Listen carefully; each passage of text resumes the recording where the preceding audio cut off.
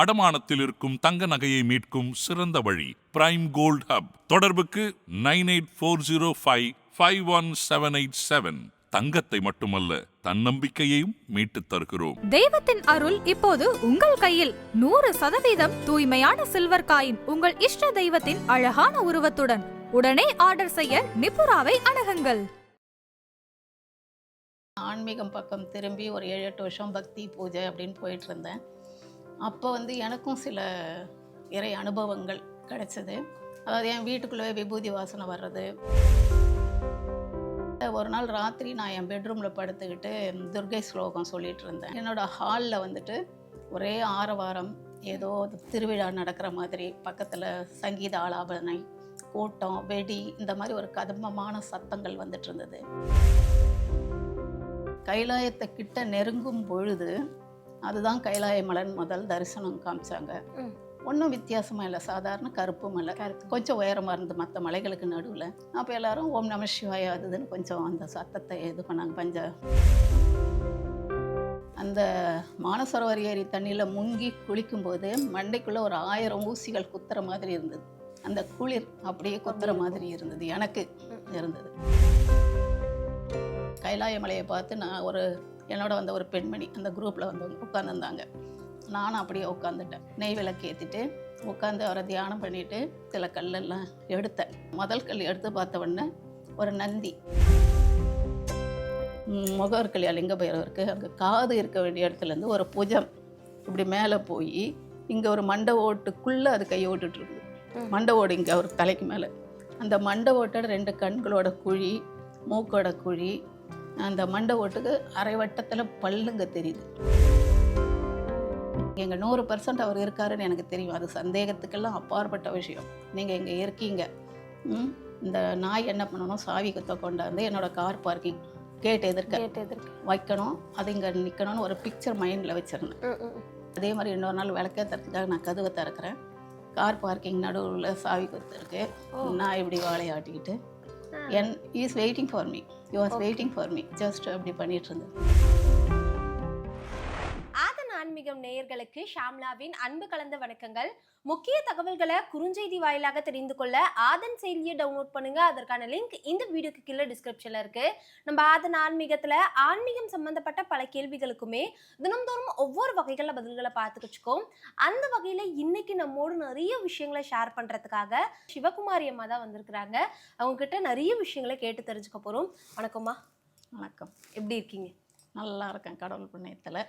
உங்களுடைய அந்த இமயமலை பயணம் அப்படிங்கிறது ஒரு பஸ்ல இருந்து ஆரம்பிச்சிருந்தது. அந்த பயணம் அப்படிங்கிறது எல்லாருக்குமே ஒரு கனவா இருக்கலாம். உங்களுக்கு அந்த பயணம் எப்படி இருந்தது?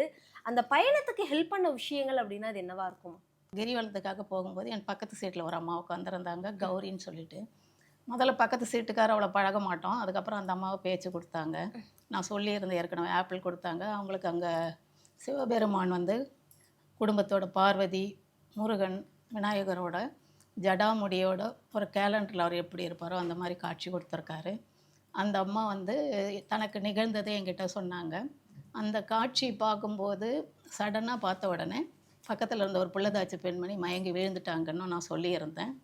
ஸோ அதை என்கிட்ட சொன்னாங்க. எனக்கு அதுக்கு முன்னாடி அப்போ தான் நான் ஆன்மீகம் பக்கம் திரும்பி ஒரு 7-8 வருஷம் பக்தி பூஜை அப்படின்னு போயிட்டுருந்தேன்.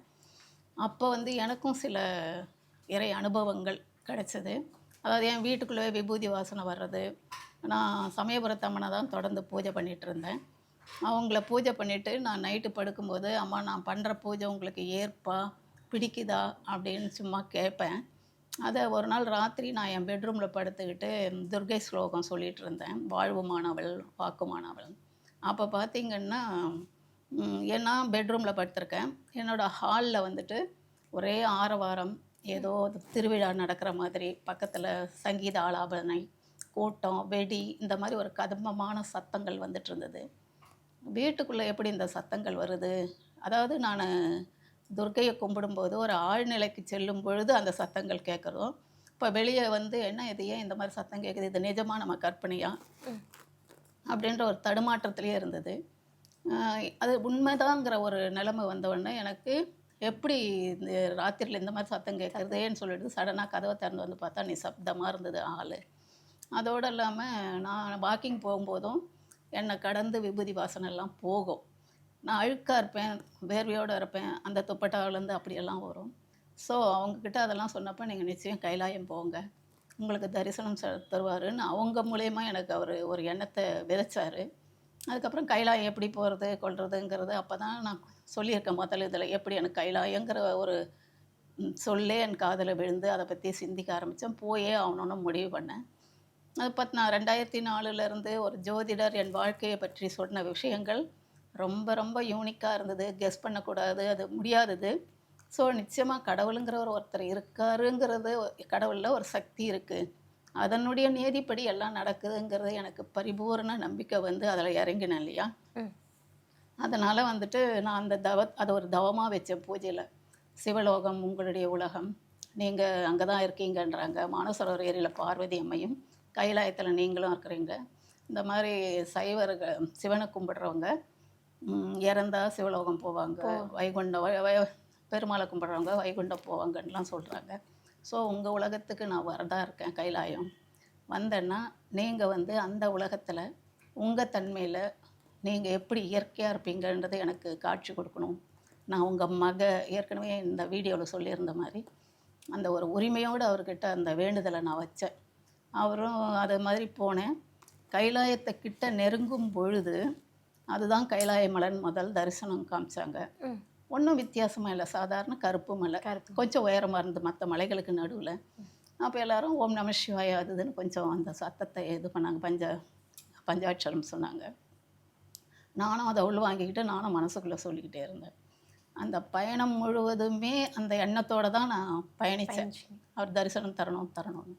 அதுக்கப்புறம் அங்கே மத்தியான வேளையில் நாங்கள் போனோம். டென்ட்டில் தான் நைட்டு தங்க வைப்பாங்க. ஒரு பிரபலமான டிவியில் சேனலில் ஒரு பிரபலமான ஆன்மீக அமைப்பில் இருக்கிறவர் கைலாயத்தை பற்றி வாரம் சொல்லிகிட்டு இருந்தார். அதையும் நான் கேட்டுட்டு இருந்தேன். அவருடைய கூற்றுப்படி கைலாயத்தில் என்ன நிகழுது, நள்ளிரவு 2:45 மணிலேருந்து 3:30 மணி வரைக்கும் என்ன நடக்குது அப்படிங்கிறதெல்லாம் அதில் சொல்லியிருந்தார். அது வேற்று கிரக மனிதர்கள் வராங்க, பல விஷயம் அவர் படுக்க வச்சு யாரையோ எக்ஸ்பீரியன்ஸ்லாம் பண்ண மாதிரியும் பல விஷயங்களெல்லாம் சொன்னார். இட் வாஸ் வெரி கன்ஃபியூசிங் தான். ஸோ நாங்கள் மத்தியானம் போனோம். அவருடைய படத்தை, அந்த ஆன்மீக குருவோட படத்தை போட்டு எங்களெல்லாம் பார்க்க வச்சு டைமை வேஸ்ட் பண்ணாங்க. அதை வந்து நான் வந்து அந்த அமைப்போட சேரலை, ஜஸ்ட் ஒரு சேஃப்டி, அவங்களோட போனால் ஹெல்த் கேர் எல்லாத்தையும் பார்த்துக்குவாங்க, ஏதாவது ஒரு எமர்ஜென்சின்னா ஹேண்டில் பண்ணுவாங்கன்ற ஒரு நோக்கத்தோடு தான் பணம் கொஞ்சம் அதிகம் நான் கூட செலவு பண்ணி எல்லாம் போனேன். அப்படி போனப்போ டென்ட்டில் நைட்டு டென்ட்டு போட்டு 3 பேர் தங்க வச்சாங்க. ஜஸ்ட்டு மானசரோவர் ஏரிக்கு வெரி க்ளோஸ். அதை படுத்துட்டு இருந்தோம். மறுநாள் காலையில் எழுந்து எல்லோரும் குளிக்க போனாங்க மானசரோவர் ஏரியில். அதுக்கு முன்னாடியே நான் மானசரோவர் ஏரி இந்த கைலாஷ் போனவங்களை கேட்டேன், என்ன அவங்களுக்கு அனுபவம் கிடச்சிதுன்னு. ஒன்றும் இல்லை, வெறும் மழை தான். அந்த மானசரோவர் ஏரி வந்து தண்ணி வந்து ஏதோ ஒரு கலரில் தெளிவாக இருந்தது, நல்லா இருந்தது, ஏதோ சொன்னாங்க. ஸ்வான் அந்த வாத்து இல்லை, அன்னப்பறவைன்னு சொல்லுவாங்களே, அது இருந்தது கூட்டிங்களோட. நாங்கள் யாரும் பெரிய ஒரு எக்ஸ்பீரியன்ஸ் சொல்லலை. ஸோ எனக்கு நீ கொடுக்கணுன்ற ஒரு விரதத்தோடு தான் நான் போனேன். மறுநாள் ஏரியில் குளித்தோம். நான் குளிக்கும் பொழுது நான் ரொம்ப ஒல்லியாக இருந்தேன். 30 வருஷம் சுகர் வியாதி நோய். வயசில் போயிருந்தீங்க? நான் 58 2013 போனேன். எனக்கு 57 வயசு அப்போ போனேன். அந்த ருத்ராட்ச மாலை போட்டுட்ருந்தேன். அதோடு அப்படியே முங்கி குளிக்கலான் போது நான் முங்கும் பொழுது நான் அப்படியே உருண்டுடுவேன் போல இருக்குது, தக்கி ஆகிடுறேன். ஸோ எனக்கு ஒரு பயமாச்சு, உள்ளகளை போய் எதாவது ஆகிட போகுதுன்றதுனால கொஞ்சம் நான் பாதி மூழ்கினா மூழ்கல தெரியல. ஆனால் மேக்ஸிமம் குளித்தேன். அதில் குளித்தேன்னு சொல்ல முடியாது, முங்கி எழுந்தேன். அப்புறம் வந்துட்டு என்னடா சரியாகவே நம்மளால் பண்ண முடியலையே அப்படின்னு நினச்சிட்டு இருந்தேன். நான் மேலே வந்து துணியெல்லாம் ஆற போட்டு பண்ணிட்டு இருக்கும்போது ஒரு அம்மா போயிட்டு முங்கி எழுந்தாங்க. பரவாயில்ல, கொஞ்சம் வயசு சின்னவங்க, அவங்க அப்படி குளிக்கிறாங்க, நம்மளால் முடியலையேன்ட்டு. ஆனால் அதுக்கப்புறம் வந்து அவங்களுக்கு ஃபீவர் வந்துடுச்சுன்னாங்க. அந்த மானசரோவர் ஏரி தண்ணியில் முங்கி குளிக்கும்போது மண்டைக்குள்ளே ஒரு 1000 ஊசிகள் குத்துற மாதிரி இருந்தது. அந்த குளிர் அப்படியே குத்துற மாதிரி இருந்தது, எனக்கு இருந்தது. சரி வந்து நைட்டு படுத்துட்டோம். ரொம்ப குளிருங்கிறதுனால அந்த ஜாக்கெட்லாம் ரொம்ப நெருக்கடியான இடம், 3 பேர் படுக்கிறது காலை நீட்டி. எனக்கே ஒரு ஃபோபியா இருக்கும், காற்று இல்லாத இடத்துலலாம் இருக்கிறது பிடிக்காது. கொஞ்சம் ஜன்னல்லாம் திறந்துருக்கணும், வெளிக்காற்று ரொம்ப விரும்புவேன். ஆனால் அதையெல்லாம் மீறி இவர் மேலே இருந்த ஒரு இதில் படுத்துட்டு இருந்தேன். அந்த என்னோட இருந்த 2 பேரையும் டென்ட் மேட்டை கூப்பிட்டேன். நைட்டு இந்த மாதிரி நடக்குதுன்றாங்களே, ஏதோ தேவர்கள்லாம் வந்து மானசரோவர் ஏரியில் குளிச்சுட்டு போகிறதா சொல்கிறாங்க. சிவபெருமான் இவங்க பார்வதி எல்லாம் கூட வர்றதுக்கு வாய்ப்பு இருக்குது, பார்க்க போகலாம் வாங்க அப்படின்னா, அவங்க எங்களுக்கெல்லாம் குளிருது நாங்கள் வரலன்னிட்டாங்க. சரி என்னடா இது சிவா எப்படி ஆகுது அப்படின்ட்டு நான் கேட்டிருந்த 3 வாரத்தில் ஒன்று வந்து மானசரோவர் ஏரியில் பார்வதியோட இருப்பிடன்றாங்க. அதுக்கு எனக்கான ஒரு புரிதலை ஏற்படுத்தணும்னு கேட்டிருந்தேன். அன்னைக்கு ராத்திரி எனக்கு தூக்கத்தில் கனவு ஒன்று வந்தது. ஏதோ ஒரு மலைக்கோயில் போயிருக்கேன். அந்த மலைக்கோயில் வெளியில் வர்ற வாசலில் நான் இந்த பக்கம் நிற்கிறேன். யாரோ முன்பின் தெரியாத ஒருத்தர் அங்கே நிற்கிறாரு. அவர் நாங்கள் நின்றுட்டுருக்கோம். அப்போ பார்த்திங்கன்னா அந்த படி கீழேருந்து ஏறி வர படியில் 5 தலை பாம்பு ரொம்ப தத்ரூபமாக இருந்தது. அது மேலே ஏறி அப்படியே வந்து கொஞ்சம் டிஸ்டன்ஸ் பக்கத்தில் தான் நின்றுடுச்சு. அப்படியே அது ஏதோ நிஜ நிகழ்வு மாதிரி ஒரு ஃபீல் கொடுத்தது எனக்கு. அவ்வளோ ஆனால் கனவு அதோட வீழ்ச்சிட்டு நான் முடிச்சுட்டு இருந்தேன்.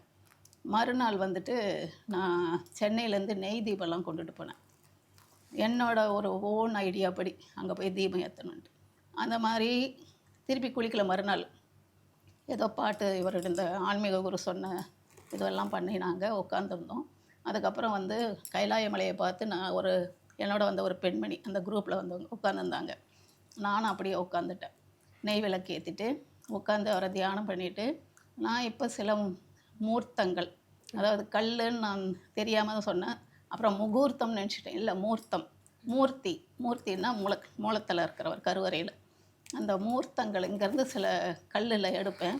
நீங்கள் அதுதான் இனிமேல் என்னோடய தெய்வ சிலைகளாக மூர்த்தங்களாக நினச்சி நான் கும்பிடுவேன் அப்படின்னு சொல்லிவிட்டு கொஞ்ச நேரம் உட்காந்து தியானம் பண்ணிவிட்டு சில கல்லெல்லாம் எடுத்தேன். எடுத்துக்கிட்டு டென்ட்டுக்கு வந்துட்டேன். என்னோட இருந்தவங்களாம் டிஃபன் சாப்பிட போயிட்டாங்க. அவங்க வந்தாங்க. அப்போ நான் முதல் கல் எடுத்து பார்த்த உடனே ஒரு நந்தி, ஒரு பாலனம், சின்ன, அதாவது நந்தின்னா பெரிய இந்த மாதிரி கிடையாது, அது ஒரு பால நந்தி. அப்படி கையை முட்டியை மடக்கி எப்படி ஒரு கோயிலில் உட்காந்துருக்குமோ அந்த மாதிரி முட்டியை மடக்கி தாடை கண்ணோட எனக்கு பார்த்த உடனே ஃபஸ்ட்டு நந்திங்கிற ஒரு இது உணர்வு வந்தது. ஸோ என்னோடய டென்ட்டில் இருந்த அந்த டென்ட் மேட்டுக்கிட்ட காமிச்சு, உனக்கு இதில் என்னப்பா தெரியுதுன்னா, அவங்களும் நந்தின்னாங்க. அடடா என்னடா இது முதல்ல இதுவே நந்தி வர்றது. இந்த மாதிரி முதல் முகூர்த்தத்தில் வந்து நந்தி வந்ததுன்னா, காரைக்கால் அம்மையார் காலத்தில் அவங்களுக்கு எல்லாமே லிங்கமாக தெரிஞ்சுது அங்கே எல்லாமே. ஸோ அவங்க காலை வைக்காமல் தலைகீழாக 2 கைகளை ஊனி நடந்ததாக சொல்லுவாங்க. அதெல்லாம் சத்தியமாக நடந்திருக்க வாய்ப்பு இருக்குது. என்னை பொறுத்த வரைக்கும் அதெல்லாம் மிகைப்படுத்தப்பட்ட விஷயம் இல்லை. அதுக்கப்புறம் வந்துட்டு இன்னொரு கல்லுக்கு எடுத்தேன். நானே சூஸ் பண்ணி எடுத்தேன், இது லிங்கம் மாதிரி இருக்குதுன்னு. அதுக்கப்புறம் நான் வந்து இதை லிங்க பைரவன் மனசில் எனக்கு ஒரு பெரிய வாய் மட்டும் இருந்தது. அப்போ அகலமான வாய், மற்றபடி உருவங்கள் எதுவும் இல்லை. அதே ஃப்ரெண்டுக்கிட்ட கேட்டேன், உனக்கு இதை பார்த்தா என்ன பார்த்து தோணுது? லிங்க பைரவர். அப்புறம் அதே கருப்பாக ஒரு கல், பட் சின்ன சைஸு, அது லிங்க பைரவின்னு நான் நினச்சிட்டு சில கல்லெல்லாம் வந்து நான் மெட்ராஸுக்கு கொண்டுட்டு வரணும்னு நிறைய ஏற்கனவே சுமைகள் அதிகம், பேக்கேஜ் நிறைய பெரிய இதுவெல்லாம் இருக்கும், பேக்லாம். ஸோ கொஞ்சம் கல்லை போட்டுடலான்னு போட்டுட்டு இருந்தேன். அதையெல்லாமல் திருப்பி எடுத்து பார்த்தேன். என்ன பண்ணினா ஒரு 10 கல் போல் இருக்கும், ரொம்ப இவ்வளோ பெருசு தான். அதை ஃபோட்டோ கூட நான் காட்டுறேன் பாருங்கள், உங்களுக்கும் அதில் நந்தி தெரியுதா பாருங்கள் அப்படின்ட்டு நான் போட்டுட்டு எல்லா கல்லையும் எடுத்து பார்த்தேன். அதுக்கப்புறம் ஒரு 10 இது மட்டும் எடுத்து வச்சுட்டு வந்தேன். அது அதோடு முடிஞ்சுது. அதுக்கப்புறம் மறுநாள் நைட்டு வந்தது. அப்போ வந்துட்டு இன்றைக்கி இரவாவது கூப்பிட்டு பார்க்கலான்னு இவங்களை கூப்பிட்டா இன்றைக்கும் வரமாட்டேன்ட்டாங்க. நான் டென்ட்டில் முழிச்சிக்கிட்டே உட்காந்துட்டு இருந்தேன். அது ஒன்றும் இல்லை, நான் துணிஞ்சு போயிருக்கலாம், ஒன்றும் பிரச்சனை இல்லை. அங்கே என்ன திருடன் பயமா, என்ன பயம் இருக்குது, என்னை ஏதோ ஒன்று தடுத்துடுச்சு. அந்த யோசனை கொடுக்கல. எப்போவுமே நமக்கு வர யோசனைகளும் சிந்தனைகளும் தானே வர்றது தான், நம்ம பிளான் பண்ணி வர்றதில்ல இல்லையா. அதுக்கப்புறம் நான் என்ன பண்ணேன், உட்காந்துட்டே இருந்து என்ன சிவா இப்படி ஒரு சந்தர்ப்பமே அமைய மாட்டேந்தே அப்படின்னு. அப்போ யாரோ 4 பேர் பேசிக்கிட்டு போயிட்டு வந்தாங்க டென்ட்டு பக்கத்தில். அப்போ மே ஐ ஜாயின் யூன்னு சொன்ன உடனே வாங்கலாமா அப்படின்னாங்க. சரின்னு நான் ஜாக்கெட்லாம் மாட்டிக்கிட்டு ஷூவெல்லாம் போட்டுக்கிட்டு அவங்களோட போனேன். போய் மானசரோவர் ஏரியில் நின்றுக்கிட்டு, நாங்கள் நின்ன ரைட் சைடு, இப்போ மெரினா பீச்சை நீங்கள் கற்பனை பண்ணிக்கோங்க, அப்படி கர்வாக போவோம். இப்படி இருந்து பார்க்குறப்போ ஒரு கர்வாக தான் தெரியும் இல்லையா. அந்த ஓரத்தில் எங்களுக்கு 60 கிலோமீட்டரில் கைலாயம் இருக்குது. இந்த பக்கம் நாங்கள் நின்றுட்டுருக்கோம். ரைட்டில் வந்து ஏரி வெளிச்சம் ஏதோ ஒளிக்கீற்றுகள் வந்து இந்த ஆற்றுல விழுது, மானசரோவர் ஏரியில் விழுது. அப்போது வந்துட்டு பார்த்துட்டு இருந்தால் ஒன்றும் நடக்கலை. வெறுமனே லைட்டு கிட்டு அது இருட்டாக தான் இருக்குது அப்போ. நாங்கள் போனது ஆகஸ்ட்லேயே போனோம். பௌர்ணமி எல்லாம் ஒன்றும் இல்லை அப்போ. அப்புறம் வந்துட்டு நின்றுட்டு இருந்தோம். அந்த ஹஸ்பண்ட் அண்ட் ஒய்ஃப் 2 பேர். அதில் ஒருத்தர் ஒரு ஆண் ஒரு பெண் வந்து friends, just they are friends, எல்லாம் ஒன்றா கோயம்புத்தூர்லேருந்து வந்திருந்தாங்க. அப்போது அந்த ஒய்ஃப் சொன்னாங்க, நாங்கள் ஒரு 1/4 மணி நேரம் போல் நின்றுட்டு இருந்தோம். நாங்கள் ஒன்றுமே நடக்கலை, நம்ம போகலாம், குளிருதுன்னாங்க. அப்போது என்னம்மா போகலாமான்னார் அவர், அந்த பக்கத்தில் இருக்கிற லேடி ஃப்ரெண்டு. அப்புறம் அவங்க இவரை கேட்டாங்க, சார் போகலாமான்ட்டு. என்னடா இதுவும் இப்படி ஆயிடுச்சுன்னு சொல்லிட்டு, நமக்கு சந்தர்ப்பம் போயிடுதுன்னு சொல்லிட்டு நான் இவர்கிட்ட ரெக்வஸ்ட் பண்ணேன். அவர்கிட்ட வந்து எனக்கு ரொம்ப அறிமுகம் இல்லை, சும்மா ஜஸ்ட்டு பேசியிருக்கேன். சார் நம்ம திருப்பி எப்போ வருமோ, இன்னும் நீங்கள் கூட வரலாம், நான் எனக்கு வர்றதுக்கு சந்தர்ப்பம் கஷ்டம், நீங்கள் எனக்காக கொஞ்சம் நிற்க முடியுமான்னு கேட்டேன். அப்போ அந்த அந்த ஃப்ரெண்டு ஒருத்தர் இருந்தாங்க இல்லையா, அவங்களும் எனக்கு தெரிஞ்சவங்க தான். சார் நீங்கள் மேடத்தோட இருந்துட்டு வாங்க, நான் இவங்களோட போயிடுறேன்ட்டு அவங்க 3 பேரும் போயிட்டாங்க. அப்புறம் நானும் இவரை மட்டும் நின்றுட்டு இருந்தோம். ரொம்ப நேரம். அப்புறம் இந்த கைலாயத்தை பார்க்குறது இப்படி இப்படி இப்படி திரும்பி திரும்பி பார்த்துட்டு இருந்தோம், எதனா நடக்குதான்ட்டு. ஒரு 10 மினிட்ஸ் போயிருக்கோம். அப்படி பார்த்திங்கன்னா கைலாயம் பக்கத்தில் இருந்து ஒரு அங்கங்கே டார்ச் லைட் மாதிரி சில வெளிச்சங்கள் இருந்தது. அது எல்லாருக்கும் தெரிஞ்சுதா, அது எல்லோரும் என்னென்னு யூகிச்சாங்க, எந்த ஐடியாவும் இல்லை. ஸோ அந்த டார்ச் லைட் மாதிரி அப்படி ஒரு ஸ்பார்க்கிளோடு இருக்க ஒரு லைட்டு வந்து பால் வந்து மூவ் ஆச்சு. நிஜமாக தான் மூவ் ஆகுதா நமக்கு அப்படி தெரியுதான்னு ஒத்து பார்த்தா மூவ் ஆச்சு. இப்படியே ஃப்ரண்ட்டில் வந்தது. நான் அவர்கிட்ட சொன்னேன், சார் பாருங்கள் அந்த லைட் வந்து மூவ் ஆகுது. கொஞ்சம் நேரம் அது மூவ் ஆன அப்புறம் இன்னொரு லைட் அதோட மூவ் ஆச்சு. 2ம் அப்படி கொஞ்சம் தூரம் ஸ்ட்ரைட்டாக வந்து இப்படி திரும்பின மாதிரி இருக்குது. ஏன்னா அந்த கருவில் அப்படி வராங்க, அப்படி வந்து இப்படி திரும்புகிறாங்க. அப்போ கொஞ்சம் தூரம் வந்த உடனே இந்த 2வது ஃபாலோ பண்ண அந்த லைட் பால் வந்து இடது பக்கம் திரும்பி ஸ்ட்ரைட்டாக இப்படி நடக்க ஆரம்பிச்சிட்டார். ஏரி இப்படி இருக்குன்னா அவர் இப்படி வந்து இப்படி போயிட்டார். இந்த இன்னொரு ஒளிப்பந்து மட்டும் அப்படியே வருது. அது எப்படி வருதுன்னா, ஒரு இருட்டில், நல்ல இருட்டில் ஒரு டார்ச் அடிச்சிங்கன்னா ஒளிக்கற்றைகள் இப்படி தான் போகும், இப்படி விரிஞ்சு அப்படி வருது. முன்னாடி ஏதோ ஒரு லைட்டு, ஒரு ஷேப்பு தெரியுது. அது அப்படி வந்து நம்ம மாதிரியெல்லாம் நடக்கலை. அது வந்து இப்படி ஒரு ஸ்கேட்டிங் பேடை கட்டிக்கிட்டு ஒரு காலை முன்னாடியும் பின்னாடியும் வச்சுட்டு இப்படி போனால் எப்படி இருக்கும், ஒரு சறுக்குன்னு இழுத்தாமல் அப்படின்ட்டு 60 கிலோமீட்டர் டிஸ்டன்ஸ் இங்கே கைலாய மலையிலேருந்து நாங்கள் இருக்கிறது. அது வந்து அப்படியே ஒரு 10 மினிட்ஸில் வந்து நின்றுச்சு. கிட்ட வர வர வர ரொம்ப விஸ்வரூபமாகி ஏரிக்கு மேலே, ஏரியை டச் பண்ணல, ஏரிக்கு மேலே அது வானமாக என்ன நம்ம இருட்டில் என்ன தெரியும், ரொம்ப பெரிய உருவம்.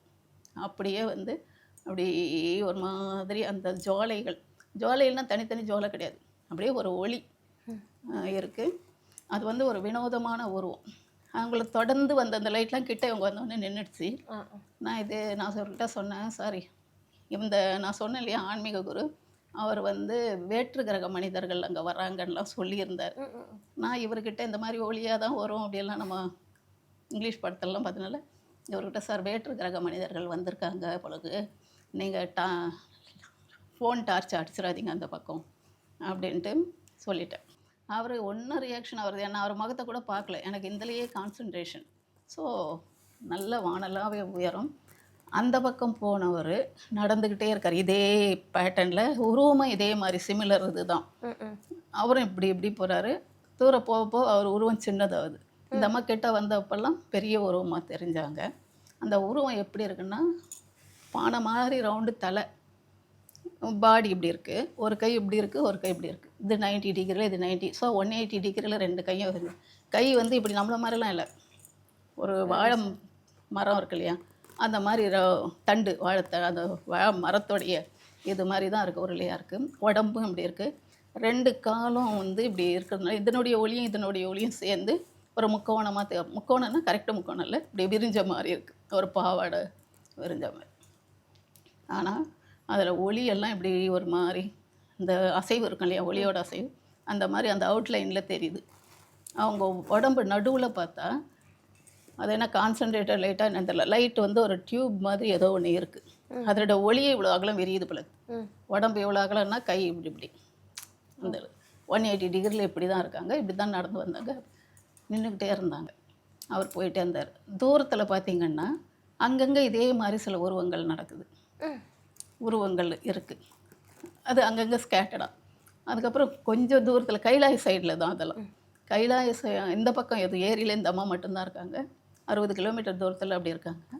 ஒரு ஏர்போர்ட் இருந்தால் எப்படி இருக்கும், ஃப்ளாஷ் லைட்ஸ் எல்லாம் போட்டு ஒரு சினிமா ஷூட்டிங் நடக்கிற ஸ்பாட்டு. நைட்டில் பார்த்தீங்கன்னா நல்ல இருட்டில் பார்த்தீங்கன்னா அந்த பிரைட்டாக இருக்கும், ஃப்ளாஷ் எல்லாம் அந்த மாதிரி ஒரு இடமும் இருந்தது. அது வந்து அப்போல்லாம் எனக்கு என்ன இது இங்கே என்ன லைட்டு ஏன் லைட்டு ஒன்றும் புரிஞ்சிக்க முடியல. ஏலியன் வந்திருக்கு அப்படின்னு மட்டும் இந்த இவங்களை இந்த லைட்டை பார்க்க உருவத்தை பார்க்குறது, அவரை பார்க்கறது மாறி மாறி பார்த்துட்டு அவர் எதை பார்த்தாரு என்னன்னு நான் கவனிக்கல. அவர் இந்த மாதிரி ஒரு 10 மினிட்ஸ் நின்னோம். அவர் என்னன்னாரு, கிளம்பலாமா மேடம்னாரு. இதுக்கு மேலே என்னத்த சொல்கிறதுன்ட்டு அவர் புண்ணியத்துக்கு நிற்கிறாருன்னு, சரி சார் ரொம்ப தேங்க்ஸ் சார் சொல்லிவிட்டு என் டென்ட்டில் போய் படுத்துக்கிட்டேன். கைலாயத்தை விட்டு நாங்கள் திருப்பி நேபாள் வரும்போது பஸ்ஸில் அங்கே ஒரு மிலிட்ரி ஆள் கூட வந்திருந்தார், மிலிட்ரி மேன், ஒரு நல்ல தம்பி. அவர்கிட்ட இந்த மாதிரி எங்களுக்கு லைட் எல்லாம் பார்த்தோன்னு நான் முழுசாக கூட சொல்லலை, அதனால் லாரி ஹெட்லைட்டாக இருக்கும் அப்படின்னார். சரின்னு விட்டுட்டோம். சென்னைக்கு வந்து நானும் அங்கே வரும்போது ஒரு வருத்தமான மனசோட தான் வந்தேன். எனக்கு நீங்கள் தரிசனம் தரணும்னு தரலையே அப்படின்ற எனக்கு ஒன்றுமே அவர் இந்த மூர்த்தங்களை கொடுத்தது தவிர ஒன்றும் கொடுக்கல. ஒரு வருத்தத்தோடு தான் வந்தேன். இங்கே வந்து என் பூஜைகளை தொடர்ந்து பண்ணேன். அந்த வருத்தத்தோடயே பண்ணுவேன். அப்போது நான் என்ன சொன்னேன், இதில் உங்கள் உருவம் பூஜை பண்ணும்போது ஈவினிங்கில் அந்த மூர்த்தங்களெல்லாம் சுத்தம் பண்ணி தண்ணியில் பண்ணிவிட்டு நான் மாடியில் போட்டு அந்த பறிச்சுட்டு வந்த பூக்கள்லாம் இயற்கையான பாரிஜாதம், பவழமல்லி இதையெல்லாம் வச்சு அலங்காரம் பண்ணிவிட்டு எனக்கு இந்த மூர்த்தங்களில் உங்கள் உருவம் தெரியணும் அப்படின்னு ஒரு பிரார்த்தனை எல்லாம் வச்சிட்ருந்தேன். அது வந்து கொஞ்ச நாள் 1 மாதம் 2 மாதம் இருக்கும். அதுக்கப்புறம் பார்த்திங்கன்னா அந்த கழுவின ஈரத்தோடு எடுத்து அந்த கல்லை பார்க்கும்போது அவர் நந்தி ஏற்கனவே எனக்கு தெரிஞ்சிட்டாரு. இந்த லிங்க பைரவரில் வந்து 2 கண் கருப்பாக, மூக்கு அப்படி வந்து மூக்கோட துளைகள் உதடு தெரிய ஆரம்பிச்சிது. பக்கத்தில் இருக்கிற அந்த லிங்க பைரவி வந்து ஒன்றும் கிடையாது, 2 வெண்புள்ளி ஒரு டிக் மார்க் மாதிரி வாய் சிரித்த மாதிரி, அவ்வளோதான். இன்னொரு கல்லில் மகிஷாசுர மர்தினி மாதிரி எரும முகம், பால் பிடிச்சிக்கிட்டு காலை தூக்கி அசுரனை மிதிச்சிட்டு இருக்கிற மாதிரி உருவம் நல்லா தெளிவாக தெரிஞ்சது. எல்லாருக்குமே தெரியும் அந்த கருப்பாக வாய் பக்கம் அது கொம்பு எல்லாம். இன்னொன்றுத்தில் வந்து விநாயகரா முருகரா தெரியல, அது உருவம் என்னால் கணிக்க முடியல, மயில் மேலே உட்காந்துருக்கிற மாதிரி தெரியும். அப்புறம் வந்துட்டு வச்சுட்டேன். திருப்பி கொஞ்ச நாள் கழித்து அதே மாதிரி அவங்கள நேரில் சுத்தம் பண்ணும்போது, சுத்தம் பண்ணுறது நான் அவங்களுக்கு சுத்தமோ அஸ்தமோ கிடையாது, அந்த அபிஷேகம் பண்ணி தொடச்சி சந்தனை அழித்து வைப்பேன். இயற்கையான சந்தனம் நான் முடிஞ்சளவு இப்போ திருவடி சோளத்தில் கூட இயற்கையான பொருள்கள் தான் சந்தனை அழித்து வைக்கிறது. பூ இங்கே தோட்டத்துலேருந்து எடுத்து இப்படி தான் முடிஞ்சளவு பசும்பால் கவரப்பால்லாம் பண்ணுறது இல்லையா. அதை வைக்கும்போது அடுத்த முறை பார்க்கும்போது முகம் இருக்கு இல்லையா லிங்க பைரவருக்கு, அங்கே காது இருக்க வேண்டிய இடத்துலேருந்து ஒரு புஜம் இப்படி மேலே போய் இங்கே ஒரு மண்டை ஓட்டுக்குள்ளே அது கையை ஓட்டுட்ருக்குது. மண்டை ஓடு இங்கே அவர் தலைக்கு மேலே, அந்த மண்டை ஓட்டோட 2 கண்களோட குழி, மூக்கோட குழி, அந்த மண்டை ஓட்டுக்கு அரை வட்டத்தில் பல்லுங்க தெரியுது, பல் அமைப்பு இப்படி செமி சர்க்கிள் மாதிரி நல்லா தெரியுது. நாக மாதிரி முகங்கள். அந்த பைரவருக்கு வந்து ஒரு சரியான உருவங்கள் கிடையாது. அவர் அப்படி ஜுவாலை மாதிரி, அதை மாதிரி பாம்பு ஒரு மாதிரி அவருக்கு அவர் உருவமே அது ஒரு நிலை இருக்குது. அவருக்கு படம் இருக்குது, நான் பார்த்துருக்கேன், உருவமாக பார்த்துருக்கேன். அந்த மாதிரி நல்ல மண்டவட்டை பிடிச்சிட்ருக்குறாரு. அப்படி பூஜம் நல்லா போகிறதும் தெரியும். சரின்னு சொல்லிட்டு அதோட என் பூஜையை தொடர்ந்துட்டு இருந்தேன். அப்படி பண்ணும்போது தான் சிவன் வந்து பார்வதி இவங்களெல்லாம் வந்து ஒளி ரூபம், கடவுளை இறைவனை வந்து ஒளி ரூபம்னு தானே சொல்கிறாங்க. நம்மளும் ஒளியாக தானே பார்த்தோம். ஏன் அது பார்வதி சிவனாக இருக்கக்கூடாது, சிவன் பார்வதியாக இருக்கக்கூடாது, அம்மையப்பனாக இருக்கக்கூடாது, நம்ம கேட்டு தானே போகணும் அப்படின்றபோது தான் எனக்கு அந்த புரிதல் வந்து நமக்கு வந்தது அவங்க தான். என்ன அந்த 3 பேரை அவர் வந்து அவர் தான் அமிச்சாருன்னு நான் லேட்டர் ஸ்டேஜில் யோசிக்கிறேன். யாருக்கு காட்டணும் காட்சின்னு நினைக்கிறாரோ அவங்கள போகும் அங்கேருந்து கிளம்புற ஒரு உணர்வை அவங்களுக்கு கொடுத்துருக்காரு. எனக்கு அங்கே வந்து சிவன் பார்வதி தான் நமக்கு இப்போ வந்திருக்கிறதுன்னு தெரிஞ்சால் நான் எமோஷ்னல் ஆவேன், சத்தம் போடுவேன், டென்ட்டில் இருக்கிறவங்களாம் ஒரு மாதிரியான சூழ்நிலை மாறிடும். எனக்கு அந்த புரிதலை அப்போ கொடுக்கல, இப்போ கொடுத்தாரு. அவங்க தான் வேறு என்ன, அப்படியே அது ஏலின்னு இருந்தால் கூட அது ஒரு பெரிய விஷயந்தான், அது நான் ஆராய்ஞ்சிட்டு இருக்க முடியாது. அது அந்த வட்டமாக ஒரு ஏர்போர்ட் மாதிரி ஏதோ ஷூட்டிங் நடக்கிற ஸ்பாட் மாதிரி தெரிஞ்சது தான் சிவலோகம் அப்படிங்கிறதும். இதை நம்ப மாட்டாங்க. நம்பணும் நம்புறதோ அவங்கவுங்க இது சத்தியம். என்னை பொறுத்த வரைக்கும் அது சிவன் பார்வதி, அது சிவலோகம். நான் கேட்ட 3வது வரம் கொடுத்தாரு. முகூர்த்தங்கள்லேயும் வந்தார். அதுக்கப்புறம் வந்துட்டு இங்கே திருவடி சூலம் வந்துட்டேன். அப்படி கட்டிக்கிட்டு சிவனை பிரதிஷ்டை பண்ணி, நான் பிரதிஷ்டை பண்ணணும்னு கூட நினைக்கல. அவர் என்னோடய பாதுகாப்புக்காக அவரே வந்து உட்காந்தார். அது ஒரு பெரிய கதை.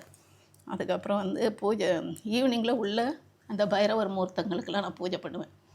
அப்போ வந்து நான் பண்ணிகிட்டு இருக்கும்போது ஆடியோ மட்டும் கேட்டுக்கிட்டு வச்சுருவேன் தூரத்தில். அப்போ சொன்னேன், இதை நானே நீங்கள் தான் நினச்சிக்கிட்டேன், சிவன் பார்வதி தான் அங்கே வந்தீங்கன்னு. எனக்கு அதை ஊர்ஜிதம் பண்ணால் பரவாயில்ல, நீங்கள் தான்ன்றது. நீங்கள் தான் எனக்கு ஏன் ஊர்ஜிதம், எனக்கு எங்கேயுமே நான் படிக்கல, இப்படி இந்த உருவத்தில் வருவாங்க சிவன் பார்வதியோட உருவ அமைப்பில், இது எங்கேயும் நான் கிராஸ் பண்ணல, ஒளின்றாங்க அப்படின்னு. அப்போ காகபஜண்டர் பாட்டு, அதில் நான் இதெல்லாம் கேட்டுக்கிட்டு தான் இருப்பேன். உட்காந்து மெனக்கெட்டு ஃபோனை பார்த்துக்கிட்டுலாம் பார்க்க மாட்டேன். அவள்லேயே ஆடியோ இந்த ஆப் ஒன்று இருக்குது, ப்ளேபேக் மாதிரி ஒன்று. அப்போ வந்து இந்த காகபஜண்டர் இந்த பாட்டு பாடுறாரு. சொல்லட்டுமா அதை? பாரப்பா ஆகாயம் செல்லும்போது பாலகனே சக்கரந்தான் சுற்றி ஆட, ஆரப்பா சக்கரத்தை பிசகொட்டாமல் அதன்மேல் ஏறியுன்தான் அப்பார் சென்றேன், நேரப்பா நெடுந்தூரம் போகும்போது நிச்சயமாய் கம்பத்தின் நிலையை கண்டேன். கம்பம்ன்றாரு. அதை வந்து வீரப்பா அக்னி போல் படர்ந்து நிற்கும், வெளியொன்றும் தெரியாமல் இருக்குந்தானே. அக்னி வந்து கம்பம் மாதிரின்னு மீன் பண்ணுறாரு. இருக்குமடா எங்குமொன்றாய் அக்னி கம்பம், என் மகனே கம்பத்தின் நடுவே மைந்தா, ஒருக்கமுடன் பெண்ணரசி ஒன்றி நிற்பாள், ஓஹோஹோ அவள் முகத்தை பார்க்கும் பொழுது பெருக்கமுடன் முன் பார்த்தால் புருட ரூபம், புத்திரனே பின் பார்த்தார் பெண் போல் ரூபம், மறுக்கமுடன் யானும் நான் கம்பத்தோடே பத்தோடே வத்தாக இருந்தேன் பாரு. அது 10ஓட 10ஆகவா அது என்னன்னு தெரியல, அந்த கம்பத்தோடே நான். இது வந்து அகத்தியர் வந்து பழைய காலத்தில் கைலாயம் போகிறார் காகமாக. போகும்போது வழியில் அந்த சக்கரத்தை பற்றி சொல்கிறார் பாருங்க. விஷ்ணு வந்து சக்கரத்தோடு நிற்கிறாராம். இந்த காகபஜண்டர் காகமாக போகும்போது அவருக்கு வழி விடுறதுக்காக அந்த சக்கரம் ஒரு நொடி நிற்குதான். அதை கிராஸ் பண்ணி நான் போயிட்டேன் கைலாயம், பழைய காலத்தில். அது அவரோட பாட்டில் வருது, இதில் காகபஜண்டர் பாடல்களில். அப்போ வந்து ஒளி கம்பத்தை பார்த்தேங்கிறார். முன்பக்கம் பார்த்தால் புருட ரூபம், பிமலர் உமைன்னு சொல்கிறாரு. எனக்கு அதெல்லாம் தெரியல. ஆனால் ஒளி அந்த உடம்புலையும் சரி காலுங்களையும் ஒரு சென்டராக ஒரு இது தெரியுது, டியூப்லைட் மாதிரி. அதனுடைய ஒளியோட சிதறல் தான் அப்படி ஒரு வட்டமாக தெரியுது. அதனால் அப்போ வந்து அந்த நான் கேட்ட தருணம் இந்த பாட்டு வந்தது. ஸோ எனக்கு அது ஊர்ஜிதம். நிறைய விஷயங்கள் எனக்கு வேணும்னு கேட்டால் அது நடக்கும். நான் பாம்பு எங்கன்னா பார்க்கணும். நான் இங்கே என்ஜினியரிங் காலேஜ் ஐவிஎஸில் ஒர்க் பண்ணேன், கவர்னர் பங்களா எதிர்க்க. அப்போ வந்து என்னால் இப்போ ஒரு பாம்பை பார்க்க முடியுமான்னு, நாங்கள் கேன்டீன் அங்கே போவோம் அண்ணா யூனிவர்சிட்டி. அப்போ பார்த்திங்கன்னா வெறும் சருகு, அங்கே ஒரு கருணாக பாம்பு மேலே எழுந்து கீழே போகுது. அங்கே தான் நாங்கள் நிற்கிறோம். திருவடி சூலத்துலேயும் ஒரு புற்று இருக்கும். அந்த புற்றில் நாங்கள் போகிறோங்க வரங்களா, இந்த பாம்பு பார்த்துருக்கு, பெரிய புத்து, இந்த பாம்பு எதனா பார்த்துருக்கீங்களா அப்படி நான் 2-3 பேரை கேட்டுக்கிட்டுறப்போ வெளியில் பாம்பு வந்து தலையை நீட்டி, அது ஒரு புதன்கிழமை இப்படியும் திரும்பி பார்த்துட்ருக்கு. நீ ஏன் கேட்குற, நான் இங்கே தான் இருக்கேன்னு சொல்கிற மாதிரி. அப்போ அங்கே கட்டடம் வேலை நடந்துட்டு இருந்து. அப்போ அந்த மேஸ்திரி சொன்னார், புதன்கிழமை பாம்பு கூட வெளியே வராதுன்னு வாங்கம்மா, அவங்களுக்கு காட்சி கொடுத்து. ஸோ அந்த மாதிரி நம்ப முடியாத விஷயந்தான்.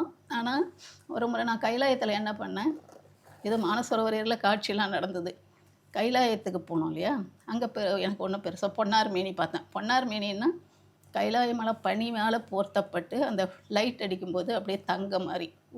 ஆமாம், டார்ஜிலிங்கில் கூட அதுதான் சொல்லுவாங்க, அப்படி தங்க மாதிரி இருக்கும். அந்த தங்க மேனி இது. ஒரு கட்டத்தில் நம்ம கைலாயத்துக்காக நடக்கும்போது அந்த மலையும் சூரிய உதய சின்னம் போடுவாங்க பாருங்க, 2 மலைக்கு நடுவில் வரைவாங்க. அந்த மாதிரி அந்த கைலாய மலையை ஓடி போய் தொட்டுலாம் போல் இருக்கும். அது ஒரு பாயிண்டில் அதெல்லாம் நல்லா இருக்கும். கருப்பு மலை, வேறு ஒன்றும் கிடையாது. திருவடி சூலத்தில் நான் வச்சுருக்கிற சிவலிங்கம் இருக்குது. ஒரு தோட்டக்காரமாக வச்சுருந்தேன். அந்த தோட்டக்காரமாக கொஞ்சம் ரொம்ப பொறுப்பு இல்லாமல் ஒரு அரகண்ட்டாக இருந்தாங்க. என்னப்பா என்னால் முடியல பூஜை ஒரு கட்டத்துக்கு மேலே. 2 நாய்ங்க வச்சுருந்தேன். நாயை பார்த்துக்கிட்டு தோட்டத்தை பார்த்துக்கிட்டு எனக்கு காய்கறி வாங்கி தர கூட ஆள் கிடையாது. அது காடு மாதிரி, அது ரொம்ப சிரமமாக இருந்தது. ஸோ பூஜை பண்ணுறதுக்கு ஆள் வச்சேன். அந்த அம்மா பொறுப்பு இல்லாமல் நடந்துகிட்டு இருந்தது. நான் ரொம்ப மன வருத்தம் கொடுத்தாங்க எனக்கு. ஒரு நாள் அவங்க போய் பூஜைக்காக 10 மணிக்கு போகிறாங்க, காலையில் பண்ண வேண்டிய பூஜை.